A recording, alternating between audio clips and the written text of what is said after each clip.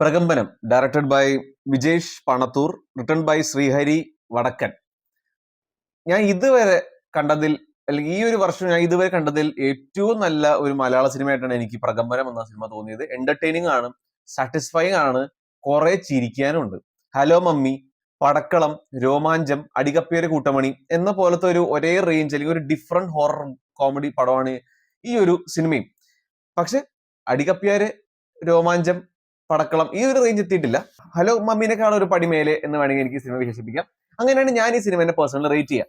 First half കിഡിലോസ്കിയായിരുന്നു. ഒരുപാട് fun elements ഉണ്ടായി, കുറെ ചിരിക്കാനുണ്ട്. ഫസ്റ്റ് ഹാഫ് ഒരു ചിരിയുടെ മാലപ്പടക്കം എന്ന് തന്നെ പറയാൻ പറ്റും. പടക്കളം എന്ന സിനിമയാണെങ്കിൽ പോലും ഗ്രൂപ്പ് ഓഫ് ഫ്രണ്ട്സ്, അവരുടെ ഇടയിലോട്ട് ഈ ബോഡി കൺട്രോളും ബോഡി സ്വാപ്പിങ്ങും ഇതെല്ലാം കയറി വരുന്നതുകൊണ്ട്, കയറി വന്നതിന് ശേഷമാണ് പടം ഭയങ്കര ഇൻട്രസ്റ്റിംഗ്, ഭയങ്കര എൻഗേജിംഗ് ആയിട്ട് മാറുന്നത്. അതേപോലത്തെ ഒരു കോർ ഐഡിയ, അതേപോലത്തെ ഒരു ഇൻട്രസ്റ്റിംഗ് സംഭവം ഈ ഒരു സിനിമയിലും ഉണ്ട്.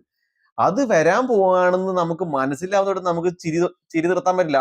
അത്ര രസമാണ് ആ ഒരു സാധനം, ആ ഒരു കോർ ഐഡിയ. അത് എന്തായാലും ഡയറക്ടർ ഡെബ്യൂ നല്ല സൂപ്പർ തുടക്കം തന്നെ എനിക്ക്. ആൻഡ് അതേപോലെ തന്നെയാണ് സാഗറിന്റെ അഴിഞ്ഞാട്ടം തന്നെയായിരുന്നു സിനിമയില്. എനിക്ക് പേഴ്സണലി സാഗറിന് തൊട്ട് മുന്നത്തെ പെർഫോമൻസ് ഒട്ടും ഇഷ്ടപ്പെടാത്തതാണ്. പണി എന്ന സിനിമയിലെ വില്ലൻ പെർഫോമൻസ് ഭയങ്കര മോശമായിട്ട് തോന്നിയതാണ്. പക്ഷെ ഈ ഒരു സിനിമയിൽ സാഗർ പൊളിച്ചടക്കി എന്ന് തന്നെ പറയാൻ പറ്റും. അതിന്റെ ഒപ്പം തന്നെ സാഗറിനെ സൂപ്പറായിട്ട് സപ്പോർട്ട് ചെയ്തത് ഗണപതി, അല്ലമീൻ, ഇവർ രണ്ടുപേരും കിടിലനായിട്ട് തന്നെയായിരുന്നു സാഗറിനെ സപ്പോർട്ട് ചെയ്തത്. പിന്നെ മല്ലിക സുകുമാരൻ ഉണ്ട്. മല്ലിക സുകുമാരൻ നന്നായിരുന്നു, എനിക്ക് ക്യൂട്ടായിരുന്നു. ശീതൽ ജോസഫ് നന്നായിരുന്നു. രാജേഷ് മാധവൻ, അസീസ് നെടുമങ്ങാട്, അതേപോലെ കുറച്ച് മാസങ്ങൾക്ക് മുന്നേ സിനിമാ ലോകവും ഈ ലോകവും വിട പറഞ്ഞ നവാസേട്ടൻ ഈ ഒരു സിനിമയിനകത്തുണ്ട്. അത്യാവശ്യം നന്നായി തന്നെ ചെയ്തിട്ടുണ്ട്. കാസ്റ്റിംഗ് പക്കിയായിരുന്നു ഈ ഒരു സിനിമയുടെ. പക്ഷെ ഈ സിനിമയുടെ പോരായ്മ എന്ന് വെച്ച് കഴിഞ്ഞാൽ ഫസ്റ്റ് ഹാഫ് ആയിട്ട് കമ്പയർ ചെയ്തതിന് സെക്കൻഡ് ഹാഫിൽ ആ ഒരു ഓളമില്ല.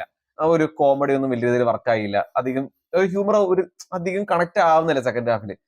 ഈ ഫ്രണ്ട്സ് എല്ലാവരും കൂടെ ഒരു ഗണപതിയുടെ നാട്ടിൽ പോകുന്ന ഒരു സീക്വൻസ് ഉണ്ട്. അതൊക്കെ ഭയങ്കര അൺവാണ്ടഡും, പിന്നെ അവിടുത്തെ ഹ്യൂമർ എല്ലാം ഭയങ്കര റിപ്പറ്റീറ്റീവും ഭയങ്കര ഭയങ്കര ലൗഡൊക്കെ ആയിട്ടാണ് ഫീൽ ചെയ്തത്.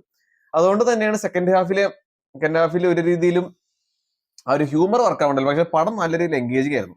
പടം ഓവറോൾ നല്ല രീതിയിൽ എൻഗേജിങ് ആയിരുന്നു. സെക്കൻഡ് ഹാഫിൽ പോരായ്മ ഉണ്ടെങ്കിൽ പോലും അത്യാവശ്യം നീറ്റ് ആൻഡ് ക്ലീൻ ആയിട്ട് തന്നെയാണ് മുന്നോട്ട് പോയത്. ക്ലൈമാക്സിൽ അത്യാവശ്യം കുറച്ച് വിഷ്വൽ എഫക്ട്സ് പരിപാടിയൊക്കെ ഉണ്ട്. അതും അത്യാവശ്യം വൃത്തിയായിട്ട് തന്നെ അവർ ചെയ്തിട്ടുണ്ട്. പിന്നെ എടുത്തു പറഞ്ഞത് ആർട്ട് ഡിപ്പാർട്ട്മെന്റ് ആട്ടോ. ഈ സിനിമയിൽ ഒരു എക്സോസിസ്റ്റിന്റെ ഒരു ബംഗ്ലാവ് കാണിക്കുന്നുണ്ട്. അതിനകത്തെ ആർട്ട് വർക്ക് ഒക്കെ ഭയങ്കര ഇൻട്രസ്റ്റിംഗ് ആയിട്ട് ചെയ്തു. നല്ല രസമായിരുന്നു ആർട്ട് വർക്ക് കാണാനായിട്ട് തന്നെ. പിന്നെ ഇതിന്റെ സിനിമാറ്റോഗ്രഫി, മ്യൂസിക്, ഇതെല്ലാം ആ ഒരു കോമിക് ഹൊറർ ടോൺ നല്ല രീതിയിൽ ഹാൻഡിൽ ചെയ്ത് തന്നെ കൊണ്ടുപോയിട്ടുണ്ട്. ഓവറോൾ ഇതൊരു decent fun horror youth entertainer ആണ്. തിയേറ്ററിൽ തന്നെ പോയി എൻജോയ് ചെയ്യാനുള്ള സിനിമയാണ്. കണ്ടിട്ട് അഭിപ്രായം പറയുക. For more reviews please like, share, subscribe Abi reviews.